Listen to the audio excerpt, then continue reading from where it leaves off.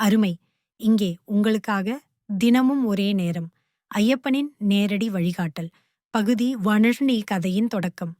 தினமும் ஒரே நேரம். ஐயப்பனின் நேரடி வழிகாட்டல். பகுதி 1. இடம் திருச்செந்தூர் அருகேயுள்ள ஒரு அமைதியான கிராமம். நாயகன் சரவணன், வயது 26, ஒரு தனியார் நிறுவனத்தில் வேலை செய்கிறார். ஆன்மீக நம்பிக்கையை மெல்ல வளர்த்து கொண்டிருக்கும் ஒருவன். சரவணன் வருடந்தோறும் நண்பர்களுடன் சபரிமலை யாத்திரை செல்வதற்கு திட்டமிடுவான். ஆனால் இந்த வருடம் வேலை மற்றும் குடும்ப சிக்கல்கள் காரணமாக யாத்திரையை தவிர்க்க நினைக்கிறான். அன்றைய இரவு அவர் வீட்டில் மின்வெட்டு ஏற்படுகிறது.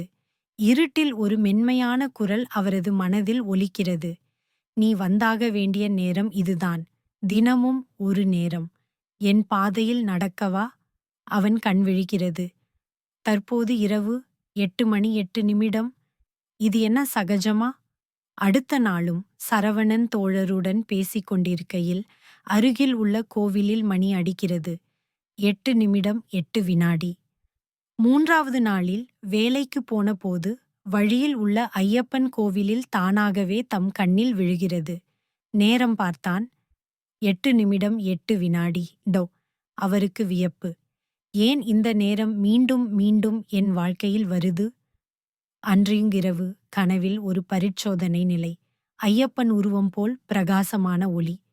"நீ நடத்தப் போகும் பாதை எளிதல்ல. ஆனாலும் நேரத்தில் நீ நடக்கும்போது எனது வழிகாட்டுதல் உனக்குள் பேசும்." அவன் விழித்தபோது ஒரு தீர்மானம். "ஐயப்பா, தினமும் 8:08 உன் பாதையில் பிரார்த்தனை செய்வேன். என் பயணம் நீதான் வழிகாட்டணும்." அது முதல் நாள். அவன் சபரிமலையின் நோக்கி ஒவ்வொரு நாளும் 8:08 மனதிலிருந்து ஒரு ஜெபம் செய்வான். ஆரம்பமானது. அதிசயங்கள் தொடரும். இந்த கதையின் பகுதி 2 சரவணனின் பயணத்துக்குள் அதிசயங்கள். சபரிமலை பாதையில் நேர்ந்த விசித்திர அனுபவங்கள். ஐயப்பனின் நேரடி உதவிகள் குறித்து சொல்லலாம். தொடரலாமா? !!